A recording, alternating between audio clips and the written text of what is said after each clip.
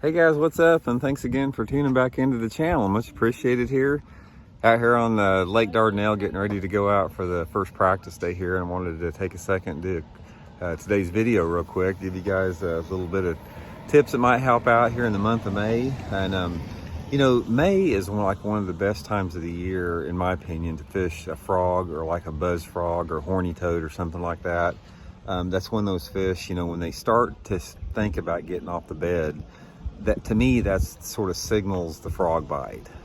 You know, those fish are garden fry a lot of times. They're moving shallow, you know, they haven't moved, you know, offshore in their deeper areas yet. And there's a lot of fish in that 1 to 3 foot zone right on the bank this time of year. And the frog is like one of the best ways to catch them under a lot of different conditions. We've talked a little bit about frogs in the past and horny toads as far as how I rig them and that type of stuff. But specifically what I want to go over today, give you guys some tips, is color selection based upon the variables of water clarity, you know, type of lake you're fishing, sky conditions, that type of stuff. So I'm going to show you guys my box here. I'm going to go over each color and let you sort of know when and under what conditions I fish different colors. So here we go. Okay guys, here's my horny toad Zoom frog box. So we're going to go over each one of these colors as far as show you guys what I like to fish under which conditions. And we'll start out down here. Let's start out with the black horny toad. This is probably one of my favorite top waters of all time as far as when you're talking about a frog type buzz toad, and one of my favorite colors. Black is an excellent color under a lot of different conditions.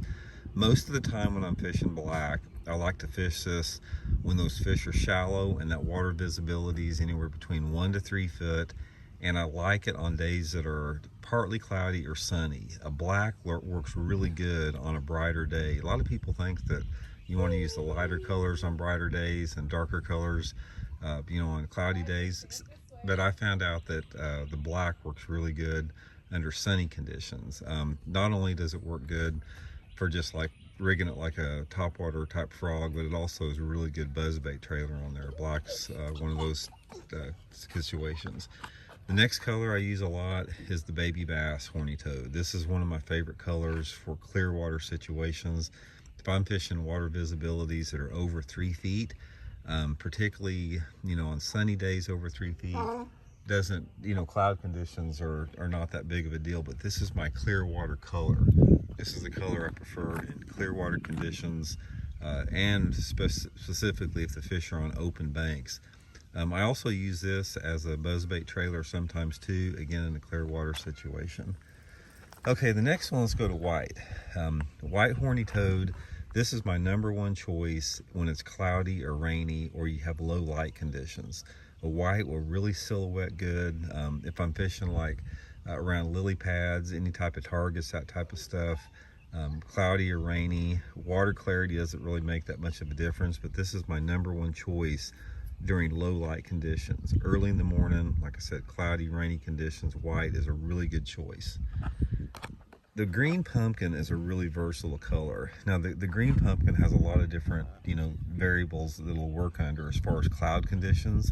But again, I'm using the green pumpkin most of the time if the water's fairly clear. I like to have over 3 foot of clarity for this particular color. Sometimes I'll put a little chartreuse on the legs to add on there.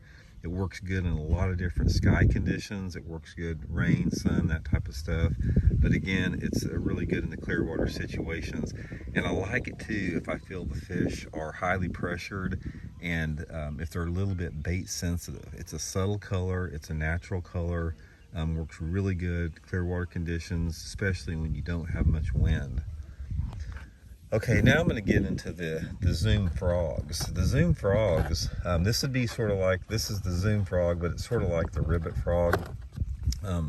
These legs on the Zoom frog like this, they're, sometimes they stick together here. Sorry about that. These make a lot more noise than horny toad. I'll lay them out side by side. The Zoom frog, these flapping legs here, it's almost like a gurgling buzzbait sound. Versus the horny toad is a lot quieter. So you've got the horny toad, and then you've got the Zoom frog or the ribbit frog or any of the frogs on the market that make a little bit gurgling sound. And it's sort of the same deal on there. I use the black again, clear water conditions,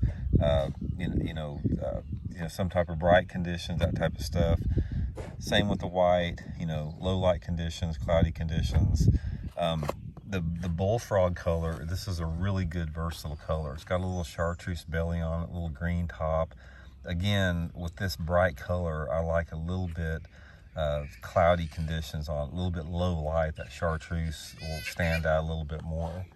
And then the brown here is one of my just sort of a versatile color, sort of like the green pumpkin. It's got you know, really good under, you know, 2 to 4 foot water clarities, cloudy conditions, partly cloudy, sunny conditions. It works really good too on it. So anyway, here's the frog box here. It's really good under a lot of different conditions this time of year in May. You know, like I said, once that water temperature starts to get to 70 degrees. What's it? You got bit by an ant? Yeah. Okay, just a second. We'll get to see if we'll check it out here. Okay, so anyway, guys, that's the sort of tips I'll give you on frog colors, horny toad, any type of buzz frog, that type of deal. Like I said, May's the best time of year you want to fish this. I mean, it's really good under these conditions. You know, up until that water temperature starts to get 80 is going to be really good. And one of the things you want to look for specifically is go to the back ends of the coves in most of the lake you're fishing and look for shade. Look for overhanging trees, any type of shade. Those bass really like to get in overhanging shady areas. And a lot of times when you're fishing shade, you don't even have to have any type of bank cover. You can have a bare gravel bank, you can have a mud bank, it can be a rocky bank. It's not like you have to throw it around vegetation or pads or that type of stuff, although a frog is really good around any type of shallow vegetation. But don't feel like you have to have a vegetation around it. In May, those fish will just get on bare banks. You can just cover water just like you would with a crankbait or something. One of the favorite things I like to do is, you know, rig it up on 50-pound tests, Seaguar Smackdown, 7-foot mega bass perfect pitch rod, some type of 7-foot stiff rod, and just get in the back of those coves, cover water, get in like the last 2/3 of them, work your way around the back and out the other, about the last, you know, 2/3 portion of the cove. Works really good like that. But big key, like I said, is learning to choose the type of color that you want to fish this time of year, and also the retrieve. Most of the time I like some type of a medium fast stop and go retrieve on my buzz frogs. And pay close attention to fry. If you see fry flicking around a dock corner or something like that, frogs are a really good way to catch them there this time of year in May. So anyway, a few tips. Hope you guys enjoyed that, and we'll be back soon. See you.